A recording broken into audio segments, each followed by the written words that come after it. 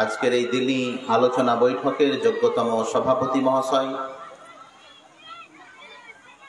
মঞ্চে উপস্থিত ওলামায়ে কেরাম, আমার সম্মুখীন বসে থাকা ছোট বড় দিনী ভাই সকল, আজ এই আলোচনা সভায় আমাকে যে বিষয় নিয়ে বলতে বলা হয়েছে তা হচ্ছে দিন ইসলাম কায়েমে সাহাবীদের ভূমিকা। আমরা জানি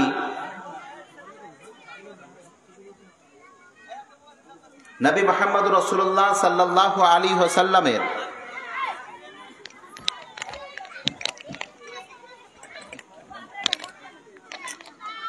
আল্লাহর নবী মুহাম্মদ সাল্লাল্লাহু আলাইহি ওয়াসাল্লামের চারপাশে আল্লাহ তাআলা এমন কিছু লোককে নিয়োজিত রেখেছিলেন বা করেছিলেন যারা আল্লাহর নবীর জন্য নিমেষেই জান দেওয়া এবং জান নেওয়াকে, নিমেষেই নিজের জান কুরবানি করে দেওয়াকে তারা সব সময় রেডি থাকতো, প্রস্তুত থাকতো। যার উদাহরণ আল্লাহ কোরআন মাজিদের মধ্যে বলছেন যে মুমিন তো তারাই যারা নিজের জান এবং মালকে আল্লাহর কাছে বিক্রি করে দেয়। বিআন্না লাহুমুল জান্নাহ ইউকাতিলুনা ফি সাবিলিল্লাহ। মুমিন কারা? যারা আল্লাহর জন্য নিজের জীবন কুরবানি করা, জীবন দেওয়া এবং নিজের জীবন আল্লাহর সামনে উৎসর্গ করে দেওয়া, জান দেওয়া এবং জান নেওয়া আল্লাহর জন্য, এটা তাদের কোনো ব্যাপার নয়। আমরা আজকে আপনাদের সম্মুখীন যে বিষয় নিয়ে আলোচনা করব তা হচ্ছে সেই সোনার মানুষেরা যাদের জন্য আল্লাহ তাআলা জান্নাতের সুসংবাদ শুনিয়েছেন, যাদের জন্য মুহাম্মদুর রাসূলুল্লাহ সাল্লাল্লাহু আলাইহি ওয়াসাল্লাম জান্নাতের সুসংবাদ শুনিয়েছেন। ওই সমস্ত ব্যক্তিরা ইসলাম প্রচার প্রসারের জন্য কি রকম ভাবে কুরবানি দিয়েছে আমরা জানি। কালে কালে এবং যুগে যুগে এই দুনিয়ায় একের পর এক ফেরাউন আসছে। যুগ এবং সময়ের পরিস্থিতিতে ইসলামকে এই পৃথিবী থেকে মিটে দেওয়ার জন্যে কোন যুগে ফেরাউন, তো কোন যুগে নমরুদ, তো কোন যুগে হামান, তো কোন যুগে আবুল আহাব, উতবা, শাইবার মতো কুখ্যাত ব্যক্তিদেরকে, তো আবার কোন সময় বর্তমান পরিস্থিতিতে মুসলিম বিদ্বেষী কিছু ব্রেন, কিছু বুদ্ধি আল্লাহ দুনিয়াতে সৃষ্টি করেছেন। কিন্তু মনে রাখবেন, এই দুনিয়াতে মানুষ যতই লাফালাফি আর কুদাকুদি করুক, মুসলমানেরা কিয়ামত অবধি থাকবে। এটা বিশ্বাস আছে না নেই? একজনের আবার ডায়লগ আছে ভারতে, সে মুসলিম বিহীন ভারত গড়তে চায়। কি বিহীন বলেন? মুসলিম বিহীন ভারত গড়তে চায়। আল্লাহর নবী মুহাম্মদ সাল্লাল্লাহু আলাইহি সাল্লাম বলছেন, লা ইয়াবকা আলা যাহরিল আরদ। আল্লাহর নবী বলছেন, এই পুরো পৃথিবীর মধ্যে আমি ডানে বামে উত্তর দক্ষিণে প্রত্যেকটা জায়গা দেখলাম, এমন কোন জায়গা আল্লাহ বাকি রাখবেন না যেই জায়গায় ইসলামের পতাকা, ইসলামের দাওয়াত পৌঁছাবে না। এই সোনার রবি তথা সূর্য সকালে পূর্ব দিকে ততদিন অবধি উঠবে যতদিন এই পৃথিবীতে হাইয়া আলা সালার ধ্বনি গুঁজবে। যেই দিন তোমরা নামাজ বন্ধ করবে, যেই দিন তোমরা দাড়ি টুপি বন্ধ করবে, যেই দিন তোমরা মসজিদকে মাটিতে গুটিয়ে দেওয়ার প্ল্যান করবে, মনে রেখো সেই দিন আল্লাহ এই দুনিয়াই রাখবে না। এই দুনিয়া কি করবে না? ওই একটা কথা শোনেননি যে একটা জিন ওর জান একটা পাখির মধ্যে ভরে দিয়েছে। জিনের জান কোথায় আছে? পাখির মধ্যে। আরে আল্লাহর বান্দা, ইসলাম ততদিন টিকে থাকবে যতদিন তোমরা এই পৃথিবীতে, এই পৃথিবী যতদিন আছে ততদিন ইসলাম থাকবে। ইসলাম যদি মুছে যায় তাহলে পৃথিবী রাখবেন আল্লাহ? কার জন্য রাখবেন? ওই পেশাব পান করে তারা? কাদের জন্য রাখবে?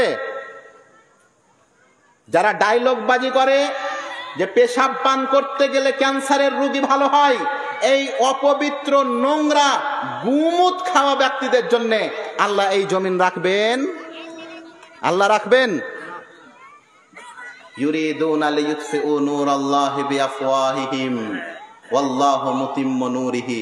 আল্লাহ স্পষ্ট বলছেন, কাফেরেরা চায় ফু দিয়ে ইসলামটাকে নিভিয়ে দিতে। কি দিয়ে নিভিয়ে দিতে? ও ধমক দেখাচ্ছে, SIR করবো, দেয়ারাকে জেলে ভরবো, বলছে না? NRC করবো, আর MPR করবো, আর হেন করবো। আমি বলেছি তুমি লাখ করো, আল্লাহ এই পৃথিবীতে ইসলাম ততদিন রাখবে যতদিন এই পৃথিবীর আয়ু, ততদিন ইসলামের আয়ু। নবী মুহাম্মদুর রাসূলুল্লাহ সাল্লাল্লাহু আলাইহি সাল্লামের দাওয়াতি প্রচেষ্টা দেখুন। প্রিয় ভাই, আমি আপনাদেরকে একটাই স্পষ্ট কথা বলি, দুনিয়ার পুঁজিবাদীদের ডায়লগ এবং ধমক দেখে কখনোই অন্তরে ভয় নিয়ে আসবেন না। কথা আমার বুঝতে পারলেন না? যতই যারা তা করুক, ফেরাউন বলেছিল মূসাকে যে এই মূসা তোমাকে আমি জবাই করে দেব, এই মূসা তোমাকে আমি মেরে দেব, এই মূসা তোমার উপরে আমি অত্যাচার, তোমার উপরে সৈন্য লাগিয়ে দেব। মূসা আল্লাহর প্রতি ভরসা করেছিলেন। সেই ফেরাউন, কোরআন মাজিদের ভাষায় আল্লাহ পাক রব্বুল আলামিন বলছেন, ওই ফেরাউনকে আল্লাহ সমুদ্রেতে ডুবিয়ে মেরেছিলেন। আর যেখানে মূসা বাঁচলো সেখানেই ফেরাউন মরলো। ঘটনা শুনেননি? ওয়াজাওয়াজনা বানি ইসরাঈলাল বাহর ফাআতবাহুম ফিরআউন ওয়া জুনুদুহু বাগিয়ান ওয়া আদওয়া হাত্তা ইযা আদরাকাহুল গরক ক্বালা আমানতু আন্নাহু লা ইলাহা ইল্লাল্লাযী আমানাত বিহি বানু ইসরাঈল ওয়া আনা মিনাল মুসলিমিন। সূরা ইউনূস সূরা নম্বর 10-এ আল্লাহ জালিম ফেরাউনের কথা শোনাচ্ছেন। আজকে আমরা বলতে চাই, যারা মুসলমানদেরকে ধমকি দিয়ে কথা বলছো, তারা একবার ফেরাউনের অবস্থাটা দেখিও। আল্লাহ ফেরাউনকে কি করেছিল? ডুবিয়ে মারেনি? এটা জানি কি জানি না আমরা? শুধু ডুবিয়ে মেরেছিল তা এটা নয় ভাই। এই ফেরাউন যখন ডুবে মরছে, তখন ফেরাউন বলছে, আল্লাহ আমি কলমা পড়ে মুসলমান হয়ে যেতে চাই। ফেরাউন কি বলেছিল? আমানতু আন্নাহু লা ইলাহা ইল্লাল্লাযী আমানাত বিহি বানু ইসরাঈল। আল্লাহ আমি কলমা পড়ে মুসলমান হয়ে যেতে চাই, আমি মুসলমানদের অন্তর্ভুক্ত হতে চাই। আল্লাহ বললেন, আল আন ওয়াকাদ আসাইতা কাবলু ওয়া কুনতা মিনাল মুফসিদিন। ফেরাউন, মরার সমার শরবত পান করে লাভ হবে? হবে? এর জন্য যারা আমাদের উপরে অত্যাচার করছে, সাবধান। আল্লাহ ছাড় দিয়েছে তোমাকে। যেদিন ফেরাউনের মতন টান দিয়েছিল, সেদিন টান দিলে আর বাঁচার কোনো পথ থাকবে না। প্রিয় ভাই, দিন ইসলাম কায়েম করা এটা বড় কষ্টকর। আজকে আমরা বক্তব্য দিই না মিষ্টি মিষ্টি কথাই। আজকে আমাদের চলার স্টাইল, খাওয়ার স্টাইল, দাওয়াতের স্টাইল খুবই সুবিধা। সুবিধা নয়? এখানে বক্তব্য দিছি, কেউ আমাকে মারতে আসবে? নববী দাওয়াত কোনটা? দয়ার নবী মুহাম্মদুর রাসূলুল্লাহ সাল্লাল্লাহু আলাইহি সাল্লামের দাওয়াত দেখুন, দিন ধর্ম প্রচার দেখুন। আল্লাহর নবী কাবার পাশে, কাবা চিনেন না? কাবা চিনেন কি চিনেন না? ওই যে হাজিরা হজ করতে যায় না, আল্লাহর নবী কাবার পাশে একদিন কোরআন মাজিদ পড়ছেন। ইতিমধ্যে একজন বদমাস, উতবা বিন আবি মুঈত, ওই যুগের ফেরাউন উতবা বিন আবি মুঈত, আল্লাহর নবী মুহাম্মদ রাসূলুল্লাহ সাল্লাল্লাহু আলাইহি সাল্লামের গলাতে চাদরের ফাঁস লটকে দিয়েছে। চাদরের ফাঁস বুঝেন না আপনারা? অনেকে গলাতে গামছা রাখে না, এই ভাই যেমন রেখেছে, অনেকে গলাতে মাফলার বা গলাতে গামছা রাখে না। আল্লাহর নবীর গলাতে এইরকম ভাবে ফাঁস দিয়ে উতবা বিন আবি মুঈত জোরে দিয়েছে টেনে, হাত্তা হালাকান নবী সাল্লাল্লাহু আলাইহি সাল্লাম, মনে হচ্ছে আল্লাহর নবী মারা যাবেন। আল্লাহর নবী দ্বীনের কথা বলতে গেছেন, নামাজ রোজার কথা বলতে গেছেন, কাফেরদের অত্যাচার দেখুন, আল্লাহর নবীর গলায় এমন ভাবে ফাঁস দিয়েছে যে আল্লাহর নবী মারা যাবেন। চক্ষু আল্লাহর নবীর বড় বড় হয়ে গেছে, আল্লাহর নবীর কণ্ঠস্বর বন্ধ হয়ে গেছে, চেহারা মোবারক লাল হয়ে গেছে, আল্লাহর নবী মারা যাবেন। দূর থেকে দেখছেন আবু বকর যে উতবা বিন মুঈতেরা তো আল্লাহর নবীকে মেরে ফেলবে, দৌড়তে দৌড়তে এসে আল্লাহর নবীকে ধরে আছে গলা ঠেসে চেপে। কাফের, বদমাস, নাপাক, অপবিত্র উতবা বিন আবি মুঈত আল্লাহর নবীকে ধরে আছে, আর আবু বকর দেখে ধাক্কা দিয়েছে উতবা বিন আবি মুঈতকে। ওই বদমাস যে আল্লাহর নবীর গলা চিপে ধরেছিল কাপড় দিয়ে, সে একদিকে পড়েছে, আল্লাহর নবী একদিকে পড়ে অজ্ঞান হয়ে গেছে। নবী মুহাম্মদ রাসূলুল্লাহ সাল্লাল্লাহু আলাইহি সাল্লাম বেহুশ হয়ে পড়ে আছেন। আবু বকর রাদিয়াল্লাহু তাআলা আনহু কাফেরদেরকে বললেন, আতাকতুলুনা রাজুলান আন ইয়াকুলা রাব্বি আল্লাহ ওয়া কাদ জাআকুম বিল বাইয়িনাতি মির রাব্বিক। এই কাফেরেরা এই নিরহ লোকটাকে শুধু এই কারণে মারছো যে তার প্রতিপালকের পক্ষ থেকে কিছু নিয়ে এসেছে, আর ওটা তোমাদেরকে বলছে? একবার ভেবে দেখেন, ইসলাম প্রচারের জন্য আল্লাহর নবী যিনি নিজের জীবনকে বাজি রেখেছেন, হক কথা বলেছেন, সত্য কথা বলেছেন, কাফেরদেরকে খারাপ লেগেছে, কাফেররা আল্লাহর নবীকে মেরেছে, তারপরেও আল্লাহর নবী সত্য কথা থেকে পিছে সরায় গেছেন। আর আপনার নেতা মন্ত্রীদের কথা বলেন, হক কথা বলতে গেলে তো নাকি বেলে অ্যারেস্ট হয়ে যেতে হবে। ও নাকি বেলে বিরাট বড় একটা পদের অধিকারী, ও জালসার আবার চিফ গেস্ট, আমাদের এলাকার জালসাগুলোর চিফ গেস্ট, আবার কালী মায়ের দরবারে গিয়ে মাথা নত করে আশীর্বাদও নেই। এরকম নেতা আছে না নেই? নমো নমো আর কতদিন করবেন? শুধু মানুষদেরকে আলহামদুলিল্লাহি রাব্বিল আলামিনের হাদিস শুনতে ভালোবাসে, আর মানুষেরা এটা জানে না আল্লাহর নবী মুহাম্মদুর রাসূলুল্লাহ সাল্লাল্লাহু আলাইহি ওয়াসাল্লাম স্পষ্ট ভাবে জানিয়েছেন, সবচাইতে বড় জিহাদ আফজালুল জিহাদ মান ক্বালা কালিমাতা হাক্কিন ইনদা সুলতানিন জাইরিন। আল্লাহর নবী বলছেন, পৃথিবীর সবচাইতে উত্তম জিহাদ হচ্ছে জালিম বদমাস শাসকের আগাদিকে যে বলবেন, এই নেতা, যে নেতা কালী মায়ের আগাদিকে গিয়ে আশীর্বাদ নিয়ে আসতে পারে, সে নেতাকে তো আমরা মুসলমান বলতে পারি না। পারেন? ও বলছে এটা শান্তি সম্প্রীতির বার্তা। এই শান্তি সম্প্রীতির বার্তা দিতে কি আবু জাহেল আসেনি আল্লাহর নবীর কাছে? এসেছিল না? আসেনি? এসেছিল। তারাও বলেছিল, এ নবী চলেন, আমরাও একদিন রাম রাম করে নেব, আমরাও একদিন আল্লাহ আল্লাহ করে নেব, আপনিও একদিন রাম রাম করে নিয়েন। মুখস্থ নেই লাকুম দীনুকুম ওয়ালিয়া দিন? কার মুখস্থ নেই লাকুম দীনুকুম ওয়ালিয়া দিন? এত সহজ আয়াত আল্লাহ বলছেন, তোমার জন্য তোমার ধর্ম আর তাদের জন্য। আর এলাকার কথা তো বলা যাবে না, কোন পূজা করে না এরা। শুনেন, এই পৃথিবীর মাটিতে সবচাইতে বড় অন্যায় কি বলেন তো? সবচাইতে বড় পাপ কি? এরা জানে না নাকি? কথা কেন বলে না? কি করা? আর ওই শিরিক যে করবে তাহলে সে কে? আল্লাহর ভাষা হচ্ছে ইন্নাশ শিরকা লাযুলমুন আযীম। পৃথিবীর সবচাইতে বড় অন্যায় হচ্ছে আল্লাহর সঙ্গে শিরিক করা। কথা আমার বুঝতে পারলেন না? পৃথিবীর সবচাইতে বড় অন্যায় কি? পৃথিবীর সবচাইতে বড় অন্যায় শিরিক। আর এই অন্যায়টা কার সঙ্গে?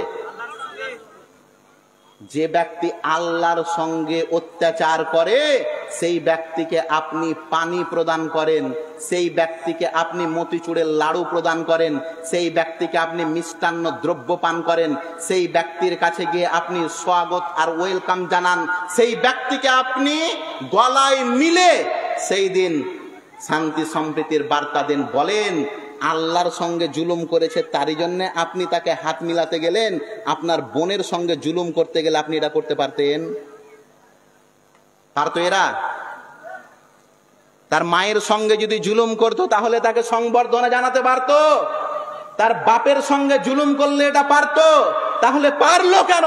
তার কারণই হচ্ছে আল্লাহ পাক রব্বুল আলামিন কোরআন মাজিদের মধ্যে বলছেন, আমা ইউমিনু আকসারুহুম বিল্লাহ ইল্লা ওয়া হুম মুশরিকুন। খালি নামের আগে পিছে রহমান থাকলে হবে না। দুনিয়াতে অনেক আব্দুল্লাহ নামী কাফেরও আছে, আছে না নেই? শুধু নামের আগে ইসলাম আর পিছে ইসলাম নয়, এই দুনিয়াতে যারা আল্লাহর নবীর সামনেকার চারটি দাঁত ভেঙে দিয়েছিল তার নামের আগাদিকে আব্দুল্লাহ ছিল। কি ছিল? আল্লাহর বান্দা। আর ওই কি করেছিল? উহুদের যুদ্ধে আল্লাহ নবীর সামনেকার 4টা দাঁত ভেঙে দিয়েছিল। কারা? নবী মুহাম্মদ রাসূলুল্লাহ সাল্লাল্লাহু আলাইহি সাল্লামের গলায় ফাঁস দিয়েছে, এত জোরে টেনেছে আল্লাহর নবী পড়ে গেছেন, অজ্ঞান হয়ে গেছেন। আবু বকর বলছেন, ওহ, এমন একটা লোককে তোমরা মারতে পারলে, যেই লোকটা তোমাদের কোনোদিন গালমন্দ করেনি, যেই লোকটা কোনোদিন ক্ষতি করেনি। ওরা দেখলো যে আবু বকর বাঁচাতে এলো মুহাম্মদকে, তো আবু বকরকে পিঠ। আবু বকর রাদিয়াল্লাহু তাআলা আনহুকে সেই দিন একদিকে আল্লাহ নবী অজ্ঞান হয়ে পড়ে আছে, আল্লাহ নবী কি আছেন? অজ্ঞান হয়ে পড়ে আছেন। দ্বিতীয় দিকে আবু বকরকে এত মারলো, এত মারলো, এত মারলো যে মারতে মারতে তারা যখন মনে করলো যে আবু বকর মরে গেছে, তখন তারা ছেড়ে পারল। হে প্রিয় ভাই, এটা ইসলাম, এটা কুরবানি চাই, এটা ইসলাম, এটা পরিশ্রম চাই। ঘরে বসে যদি দাওয়াতের কাজ শুধু হতো তাহলে নবী মুহাম্মদ রাসূলুল্লাহ সাল্লাল্লাহু আলাইহি সাল্লামের জীবন দশায় আল্লাহ নবী মুহাম্মদ সাল্লাল্লাহু আলাইহি সাল্লামের 4টি দাঁত কাফেরেরা ভাঙতো না, মাথা ফাটিয়ে দিত না। আল্লাহ নবীর পা থেকে নিয়ে মাথা অবধি রক্তের গঙ্গা বয়ে যেত না। আল্লাহ নবীর কলিজার টুকরা, আল্লাহ নবীর মেয়ে, আল্লাহ নবীর বড় বেটি জাইনাব। আল্লাহ নবীর কি বেটি? কথা বলে না। আল্লাহ নবীর বড় বেটি নাম কি? জাইনাব। আল্লাহ নবীর 4টি কন্যা সন্তান, জাইনাব, রোকাইয়া, উম্মে কুলসুম, ফাতিমা। কয়টি বেটি বললাম? বড় বেটির নাম শোনেন, ঘটনা শোনেন। আল্লাহ নবীর বড় বেটি জাইনাব ইসলামের জন্য কি কুরবানি দিয়েছে দেখেন। আল্লাহ নবীর নিজের বেটি, এটা বড় বেটি, গর্ভবতী অবস্থায় পেটে বাচ্চা, উটের ওপরে চেপে আছেন, আব্বুর কাজ যাচ্ছেন মদিনা বদরের যুদ্ধের পরে। একজন বদমাস হাব্বার, যার নাম হাব্বার বিন আসওয়াদ, এই ব্যক্তি আল্লাহর নবী, তার কন্যা, আল্লাহর নবীর কন্যা, পেটে একটি সন্তান, আল্লাহর নবীর কন্যা উটের উপরে চেপে আছেন, যাচ্ছেন নিজের পিতা আল্লাহর নবী তথা মুহাম্মাদের কাছে সাল্লাল্লাহু আলাইহি ওয়াসাল্লাম। আল্লাহর নবীর কন্যাকে, আল্লাহর নবীর বেটিকে হাব্বার নামে একজন শয়তান বর্ষা মেরে দিল। আল্লাহর নবীর বেটিকে উটের উপরে চেপে আছে ওই অবস্থাতে। আল্লাহর নবীর কন্যা কলিজার টুকরা নিচে পড়ে গেলেন, পেটের বাচ্চা নষ্ট হয়ে গেল, রক্তাক্ত অবস্থায়। মুসলমানেরা কোন রকম টেনে, কোন রকম উঠিয়ে, কোন রকম ভাবে মদিনা নিয়ে গেলেন। আল্লাহ নবী দেখছেন বেটির পেটের বাচ্চাকে নষ্ট করে দিয়েছে কাফেরেরা বর্ষা মেরে। রক্তাক্ত অবস্থায় ফিরে এলো আল্লাহ নবীর কন্যা বড় বেটি জাইনাব। আল্লাহ নবী সাল্লাল্লাহু আলাইহি সাল্লাম নিজের কন্যা, নিজের বেটিকে দেখে কাঁদতে লাগলেন। কাঁদতে কাঁদতে আল্লাহ নবী নিজের কন্যাকে দেখে বলছেন, আফসালু বানাতি উসিবু ফিয়া, আমার কন্যা সন্তানদের মধ্যে সবচাইতে ভালো কন্যা হচ্ছে আমার এটা। আর একে মারা হয়েছে একমাত্র ইসলামের জন্য, একে মারা হয়েছে একমাত্র দ্বীনের কারণে, ধর্মের কারণে। হে প্রিয় ভাই, একবার বুকে হাত দিয়ে বলেন, দিন ধর্মের জন্য কয়দিন মানুষের সঙ্গে ঝামেলা করেছেন? আমরা তো আবার শান্তিপ্রিয় মানুষ। তো হ্যাঁ হে, এত শান্তিপ্রিয় তো প্রত্যেক পাড়াতে ফের রোজ রোজ বিচার কিসের হচ্ছে? কথা বলে না। হ্যাঁ, এত শান্তিপ্রিয় আমরা মৌলভী সাহেব, জেলে গেলে ফের আমরাই বেশি। জেলে কারা বেশি? থানায় যান, কোন শেখ, কোন মোহাম্মদ, কোন আহমদ, এরাই সব ভর্তি হয়ে আছে। নেই শান্তিপ্রিয় কোন জায়গায়? আল্লাহর জায়গায় আপনি হয়েছেন শান্তিপ্রিয়। সে জায়গায় কিছু কথা বলা যায় না, সে জায়গায় কিছু কথা বলতে গেলে ঝামেলা হয়। শোনেন, হক কথা বলতে গিয়ে যদি ঝামেলা হয়, ওই ঝামেলাই ভালো। কথা বুঝতে পারলেন না? কি ঝামেলাই যাব? মসজিদের কমিটি এইরা গইরা নাথু ঘাত্তু যা হচ্ছে হোক, কি আর আমরা ভালো ওগুলা কাজে মাথা দেব? নেই। এর জন্য তো হয়েছে এরকম। অধিকাংশ মাদ্রাসা মক্তবের অবস্থা দেখেন। আল্লাহ মাফ করুক, আমি বলি না যে সবাই। শুনে রাখেন, যে জায়গায় কথা বলা জরুরি সেই জায়গায় চুপ থাকা হারাম। কথা বুঝতে পারলেন না? যে জায়গায় মুখ খোলা জরুরি সে জায়গায় চুপ থাকা হারাম। ইসলাম কি করে চুপ থাকতে পারে? কাদিসিয়ার যুদ্ধ, পারস্য সাম্রাজ্যের বিরুদ্ধে উমর রাদিয়াল্লাহু তাআলা আনহুর জামানায় 636 খ্রিস্টাব্দে উমর রাদিয়াল্লাহু তাআলা আনহু সাদ বিন আবি ওয়াক্কাসকে 12,000 সৈন্য দিয়ে পাঠিয়েছেন, যাও পারস্য সাম্রাজ্যের সঙ্গে লড়াই। যুদ্ধের নাম কাদসিয়া। কথা মনোযোগ দিয়ে শোনেন, উমর রাদিয়াল্লাহু তাআলা আনহু পারস্য সাম্রাজ্য বিজয়ের জন্য সৈন্য পাঠিয়েছেন। কাফেরদের পক্ষ থেকে একজন সেনাপতি, যার নাম রুস্তুম, যার নাম রুস্তুম। ওই রুস্তুমের সঙ্গে মুসলমানদের বৈঠক হচ্ছে। ওই রুস্তুমের সঙ্গে মুসলমানদের বৈঠক হচ্ছে। মুসলমানদের পক্ষ থেকে কথা বলছেন আবু মুসা আশআরি। কাফেরদের পক্ষ থেকে যিনি কথা বলছেন রুস্তম, সে মুসলমানদেরকে বলছে, তোমরা আমাদের সঙ্গে কেন লড়াই করতে এসছো? আমরা তো তোমাদের কোনোদিন খারাপই চাইনি। তোমরা যদি বাণিজ্য করতে চাও আমরা বাণিজ্য করব। তোমরা যদি টাকা পয়সা চাও আমরা তোমাদের দৌলত ধন সম্পদ আরবে পাঠিয়ে দেব। আমাদের সঙ্গে তো যুদ্ধের কোনো কারণ নেই। এটা কে বলছে? কাফেরদের পক্ষ থেকে রুস্তুম, কাদেসিয়ার যুদ্ধের আগে। মুসলমানদের পক্ষ থেকে কথা বলতে শুরু করলেন আবু মুসা আশআরি রাদিয়াল্লাহু আনহু। তিনি বললেন স্পষ্টভাবে কাফেরদেরকে, যে কাফেরেরা শোনো, মুসলমানেরা সম্পদের জন্য লড়াই করে না, মুসলমানেরা টাকা পয়সার জন্য লড়াই করে না, মুসলমানেরা ব্যবসা বিজনেসের জন্য লড়াই করে না। ইখরাজু মিন ইবাদাতিল ইবাদ মিন রব্বিল ইবাদ। মুসলমানেরা লড়াই করে মানুষের সঙ্গে কেন? যাতে করে আল্লাহর দাসত্ব থেকে মানুষদেরকে আল্লাহর দাসত্বের দিকে নিয়ে যাওয়া যায়। কার দাসত্বের দিকে? আমাদের লক্ষ্য এবং উদ্দেশ্য একটাই, আপনি আল্লাহওয়ালা হয়ে যান। আমরা আমাদের এই আলোচনায় আপনাকে বলতে আসিনি যে আগামী ভোটে আমাকে ভোট দিয়ে নেতা বানান। এ কথা বলতে আসিনি যে আমাদের উমুক আছে তো আপনার কাছে উমুকের দাবি। আমরা একটাই কথা বলেছি, প্রিয় ভাই, আল্লাহর উপাসনা করেন, মানুষের ইবাদত নয়। বিখ্যাত সাহাবী বেলাল রাদিয়াল্লাহু তাআলা আনহু, দিন কায়েমে তিনার অবদান দেখেন। বেলাল নাম শুনেননি? বেলাল, বেলালের নাম শুনেছেন না শুনেননি? বেলাল কে বলেন তো? আল্লাহর নবীর মুয়াজ্জিন। আল্লাহর নবীর কে? মুয়াজ্জিন রাদিয়াল্লাহু আনহু। কৃতদাস, গোলাম। উমাইয়া বিন খালফ হচ্ছে তার মালিক। বেলাল রাদিয়াল্লাহু তাআলা আনহুকে ইসলাম কবুল করার জন্য তার মালিক উমাইয়া বিন খালফ কিছু লোককে হায়ার করে এনেছেন। আর হায়ার করে এনেছেন, ভাড়া করে এনেছেন কেন? যাতে করে বেলাল রাদিয়াল্লাহু তাআলা আনহুকে তারা মারে। বেলাল রাদিয়াল্লাহু তাআলা আনহুকে আল্লাহর নবীর চোখের সামনে মারা হচ্ছে। আল্লাহর নবী দেখছেন যে বেলাল রাদিয়াল্লাহু তাআলা আনহুকে তারা রক্তাক্ত করে দিয়েছেন, চারিদিক থেকে মারছেন, আর তারা ওই শয়তানেরা বলছে লা তাজালু হাকাযা হাত্তা তামুত আও তাকফুরা বিমুহাম্মাদ ওয়া তা'বুদাল লাত ওয়াল উজ্জা। এই বেলাল শোন, তোমাকে ততক্ষণ অবধি মারতে থাকবো যতক্ষণ অবধি তুমি আল্লাহকে ছেড়ে দিয়ে মুহাম্মাদকে বাদ দিয়ে আমাদের দেবদেবী লাত এবং উজ্জার উপাসনা না শুরু করে দাও।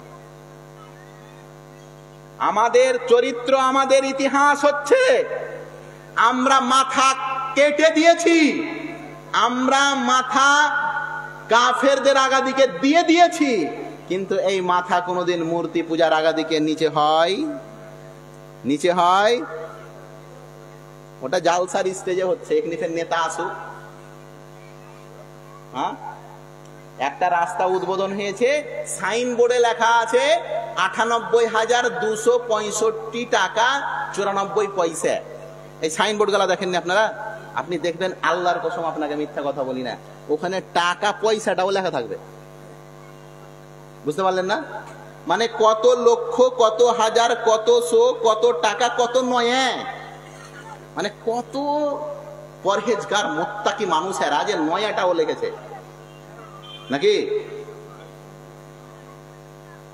10 ভাগের 1 ভাগ টাকার কাজ হয় কি হয় না আল্লাহ মালুম। হ্যাঁ গো, ছাদ তো আমরা সিমেন্ট বালিদা করি না? কথা বলে না, ছাদ কিদা করি? আর নেতারা রাস্তাও তো সিমেন্ট বালিদা করছে। তো হ্যাঁ গো, ছাদ 50 বছর টিকছে, আর রাস্তায় একটা বর্ষা পার হয় না কেন? আবার ফের ওই রাস্তা উদ্বোধনের জন্য রাস্তাতে নারকেল ভেঙেছে। কি ভেঙেছে? নারকেল ভাঙেনি? আর আপনারা পিছে থেকে তখন ওই নেতার দুটা মিষ্টি খাওয়ার জন্য তখন অমুক পার্টি জিন্দাবাদ আর তুমুক পার্টি জিন্দাবাদ।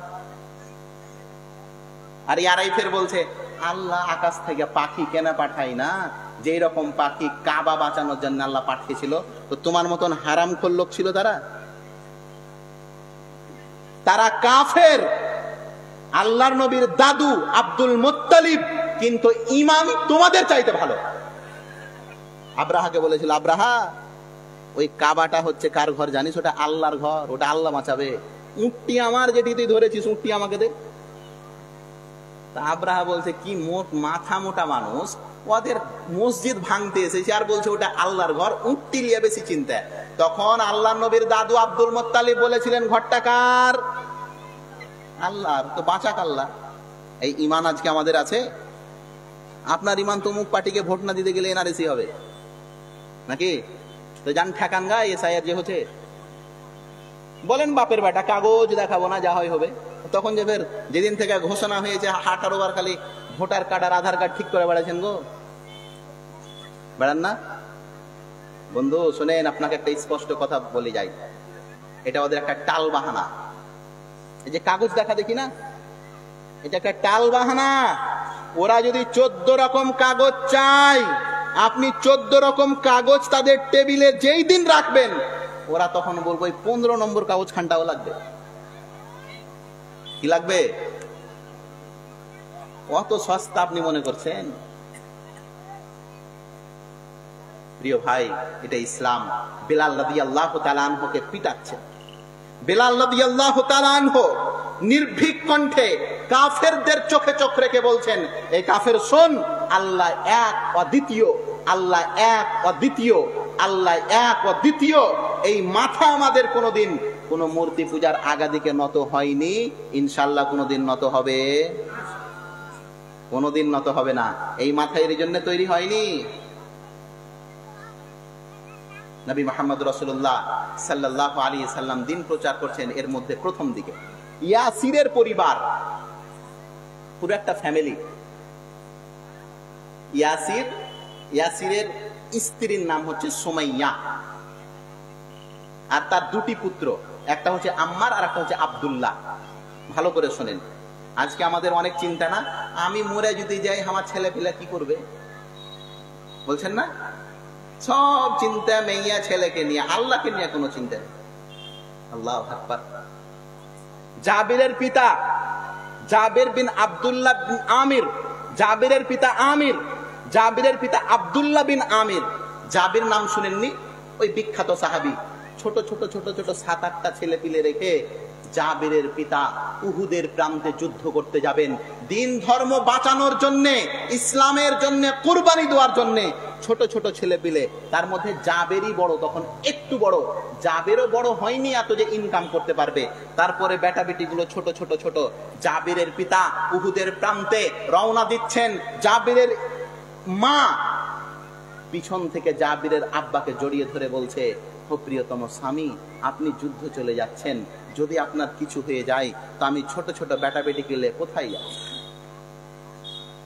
ভাবার বিষয় নয়।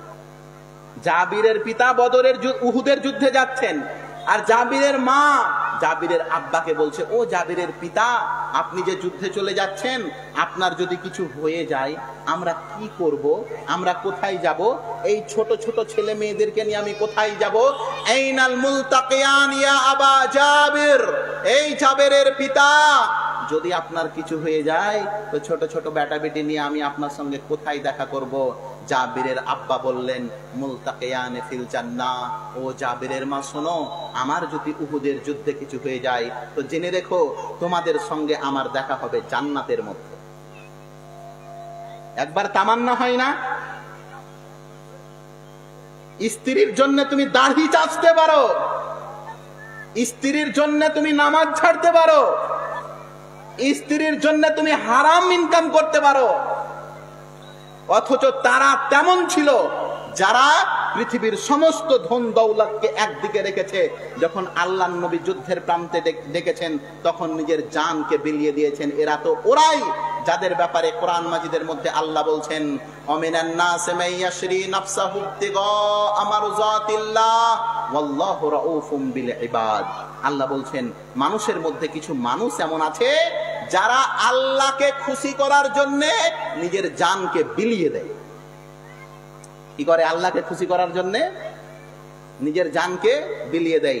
যখন বলা হলো, বন্ধু একটু দাড়িটি ছাড় না রে, দাড়িটি ভাল লাগবে তোকে দেখে, মৌলভী সাহেব স্ত্রী বলছে, বুড়া বুড়া লাগছে তোমাকে দেখে। কি লাগছে? বুড়া বুড়া লাগছে। তো হ্যাঁ, আমি যে বলছি দাড়িটি চেঁচেললে তোমাকে হিজড়া হিজড়া লাগছে। হ্যাঁ, দাড়ি হচ্ছে আমাদের গৌরব। দাড়ি এটা আপনি মনে করিয়েন না এটা দাড়ি, এটা আমাদের অহংকার, এটা আমাদের পরিচয়। দাড়ি মনে করিয়েন না এটা সাথে চুল দিয়ে জড়িত আর চামড়াতে লেগে আছে, না। এই দাড়ি হচ্ছে সেই জিনিস যা হক এবং বাতিলের মধ্যে পার্থক্য করে। বন্ধু, এটা শুধু ছোট মোটো জিনিস করিও না। চ্যাংড়া বয়সে দাড়ি রাখা শয়তানের প্রলোভন থেকে দূরে থাকা, নাকি? মনে রাখবে, যেই বেটি ছেলে বলেছে যে জামাইয়ের মুখে তো দাড়ি আছে, বিয়ে করবো না, তো তুমি আলহামদুলিল্লাহ পড়িও যে বাড়িতে শয়তান আশা থেকে বেঁচে আছে। কি আশা থেকে? ওই যে একটা দোয়া নাই, আয়াতুল কুরসি পড়লে বাড়িতে শয়তান ঢুকে না, জানেন কি জানেন না? তো এটা হচ্ছে বাড়িতে ওই শয়তান ইবলিসের চেলা আশা বন্ধ আয়াতুল কুরসি পড়লে। আর দাড়ি রাখতে গেলে শয়তান স্ত্রী বউ হিসাবে আশা বন্ধ। এখন বউ নিবে ওই রকম মাথা ঠুকে বাড়াবে, আর হবে না। আমি যে কথা বলছিলাম শোনেন, জাবিরের পিতার ঘটনাটা একবার বলি। উহুদের প্রান্তে চলে গেছেন, ছোট্ট ছোট্ট ছেলে পেলে রেখে শহীদ হয়ে গেছে। ও ছোট্ট ছোট্ট ছেলে পেলে নিয়ে কোথায় যাবে তার মা? জাবিরের পিতা শহীদ হয়ে গেলেন যুদ্ধের প্রান্তে। জাবির একদিন বসে আছেন, আল্লাহর নবী বলছেন, জাবির তোমার মন টন খারাপ কেন? তখন জাবির রাদিয়াল্লাহু তাআলা আনহু আল্লাহর নবীকে বলছেন, আল্লাহর নবী, আমি চিন্তিত, তার কারণ এই ছোট ছোট ছেলে পিলে এই ছোট ছোট ছেলে পিলে রেখে আমার পিতা শহীদ হয়ে গেছেন, এদের পুরো বোঝ আমার উপরে চলে গেছে। আল্লাহর নবী বললেন জাবিরকে, জাবির তুমি চিন্তা করো না, তোমার আব্বু হচ্ছেন প্রথম একজন সেই রকম ব্যক্তি যেই রকম ব্যক্তির সঙ্গে আল্লাহ কথা বলেছেন সরাসরি, মধ্যেখানে কোনো হিজাব বা পর্দা ছিল না। হে প্রিয় ভাই, একবার ভেবে দেখেন আজকে আমাদের পরিস্থিতি কোন জায়গায়। আল্লাহর নবীর প্রিয় পাত্র, আস্থাভাজন ব্যক্তি একজন, যার নাম হচ্ছে মুসাইব বিন উমাইর। ভালো করে শুনেন, আর 10 মিনিট আছে মাত্র। মুসাইব বিন উমাইর ইসলামের জন্য কি কুরবানি দেখেন সাহাবায়ে কেরামদের। মুসাইব বিন, কথা বলে না, নামটা তো শুনেন আগে। মুসাইব বিন উমাইর, এটা নাম মুখস্থ হয় না। বিরাট কোহলি ঠিকই মুখস্থ আছে।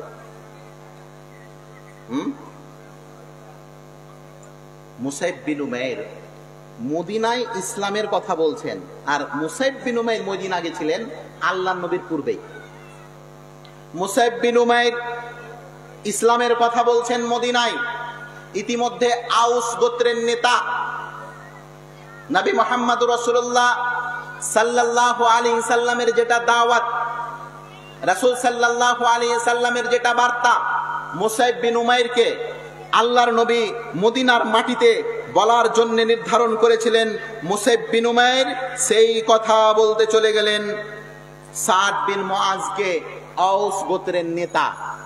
কথা ভালো করে বুঝেন, পুরো গোত্রের নেতা, আউস গোত্রের নেতা সাদ বিন মুআজ মুসাইব বিন উমাইরের দাওয়াতে তিনি ইসলাম কবুল করলেন। মেন ঘটনা এটা নাই, মেন ঘটনাটা এরপরে বলছি শুনেন। একটি গোত্রের নেতা,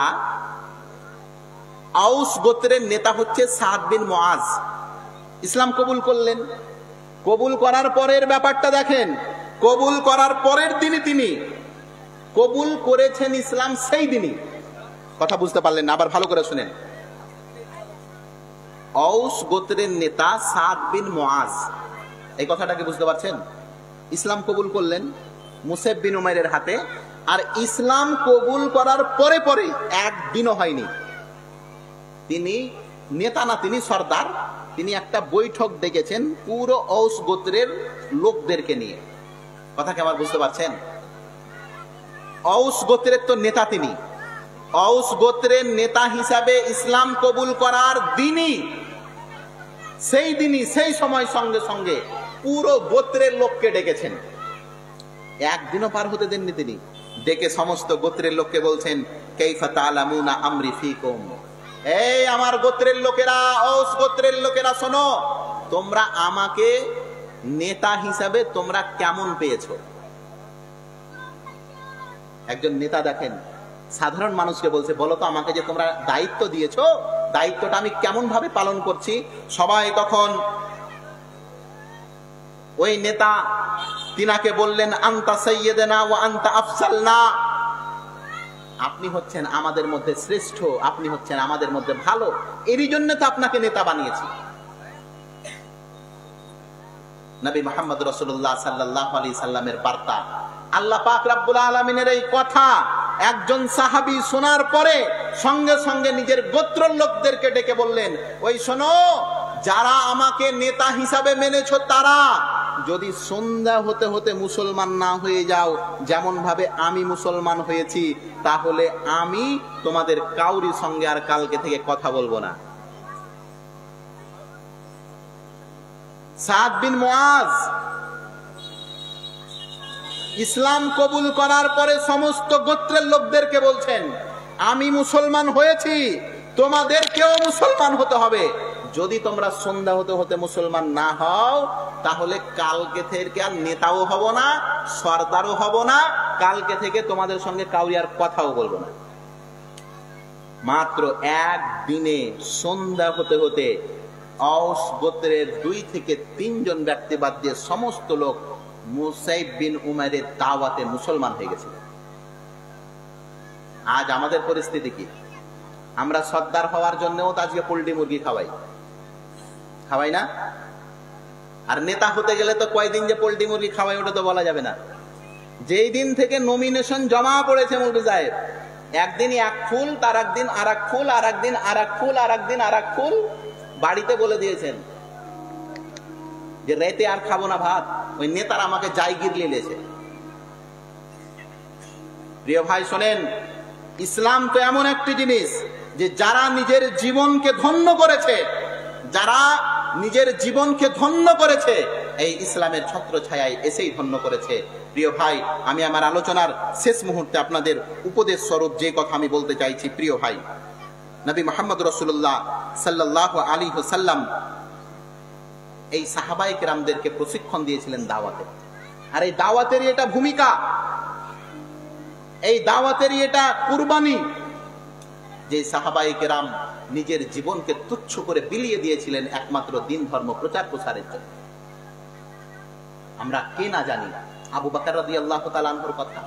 একজন ধনাঢ্য ব্যক্তি, কিন্তু ইসলাম প্রচার এবং প্রসারের জন্য নিজের সমস্ত ধন বিল্লি করে দিয়েছিলেন। শেষ মুহূর্তে বাড়িতে খাওয়ার মতো কোনো কিছু ছিল না। আল্লাহর নবীর জামাই উসমান গনি রাদিয়াল্লাহু তাআলা আনহু ইসলামের জন্য এত বড় দানবীর ছিলেন, মদিনার সবচাইতে বড় ধনী ব্যক্তি হওয়ার পরেও যখন তিনি খলিফা হলেন, খলিফা হওয়ার শেষ দিকে তিনি বলছেন, আমার কাছে যানবাহনের জন্য একটি খচ্চর, আর নিচে বিছানোর জন্য একটি পাটি, আর মাথা ঠাই দেওয়ার জন্য একটি মাত্র কুড়ে ঘর ছাড়া উসমান গনির কাছে কিছুই ছিল না, সব কিছু বিলিয়ে দিয়েছিলেন। এরাই হচ্ছে তারা যাদের ব্যাপারে আল্লাহ পাক রব্বুল আলামিন কোরআন মাজিদের মধ্যে বলছেন রাদিয়াল্লাহু আনহুম ওয়া রাদু আন। আরে এরাই তো তারা যাদের ব্যাপারে আল্লাহ খুশি হয়ে গেছেন, আল্লাহ সন্তুষ্ট হয়ে গেছেন, আল্লাহ রাজি হয়ে গেছেন। কেন? এদের এই কুরবানি, এদের এই ত্যাগ, এদের এই পরিশ্রম ইসলাম পৃথিবীর মাটিতে প্রচার প্রসারের জন্য। প্রিয় ভাই, আসুন আমরাও দিন ধর্ম প্রচারের জন্য নিজেকে নিয়োজিত করি। দাওয়াতি কাজ এটা আমার আপনার প্রতি ইস্তেতাআত অনুযায়ী, ক্ষমতা অনুযায়ী কিন্তু ফরজ। বুঝতে পারলেন না? আবু বকর রাদিয়াল্লাহু তাআলা আনহু ইসলাম কবুল করলেন, আর তার পরের দিনই আবু বকর ইসলাম কবুল করলেন, আর তার পরের দিনই তিনি 6 জন বন্ধুকে নিয়ে চলে এসেছেন আল্লাহ নবীর কাছে। কেন? আল্লাহ নবীকে বলছেন, আল্লাহ নবী, এরা আমাকে খুব শ্রদ্ধা করে, আমি এদেরকে আপনার দাওয়াত শুনিয়েছি, সবাই কলমা পড়তেছে। আজ আমার আর আপনার পরিস্থিতি কি হয়েছে? আজকে আমার আলোচনার শেষ ঘটনা শুনেন। নবী মুহাম্মদ রাসূলুল্লাহ সাল্লাল্লাহু আলাইহি সাল্লামের জীবনের শেষ, আল্লাহ নবী মুহাম্মদ সাল্লাল্লাহু আলাইহি সাল্লাম যেই যুদ্ধে সবচাইতে বেশি ক্ষতিগ্রস্ত হয়েছিলেন, সেই যুদ্ধের নাম হচ্ছে খন্দকের যুদ্ধ। এটা ভালো করে শুনেন, এই ঘটনা শুনিয়েই আমি আমার আলোচনা শেষ করব। খন্দকের যুদ্ধ, আল্লাহ নবীর মাথা ফাটিয়ে দিয়েছে কাফেরেরা, আল্লাহ নবীর 4টি দাঁত ভেঙে দিয়েছে কাফেরেরা, 70 জন মুসলমান শহীদ হয়েছে। যেই যুদ্ধের নাম হচ্ছে উহুদের যুদ্ধ। নবী মুহাম্মদ রাসূলুল্লাহ সাল্লাল্লাহু আলাইহি ওয়াসাল্লাম মরা অবস্থা কাফেরেরা টুকরো টুকরো করে কেটেছে। আল্লাহর নবীর নিজের চাচা হামজা রাদিয়াল্লাহু তাআলা আনহুকে টুকরো টুকরো করে কেটেছে। অথচ নবী মুহাম্মদ রাসূলুল্লাহ সাল্লাল্লাহু আলাইহি সাল্লাম উহুদের যুদ্ধ থেকে যেই দিন বাড়ি এলেন, বাড়ি আসার পরের দিনই আল্লাহর পক্ষ থেকে আদেশ এলো যে আরেকটি যুদ্ধতে বের হতে হবে, হামরাউল আসাদ। ইসলামের জন্য কুরবানি দেখেন।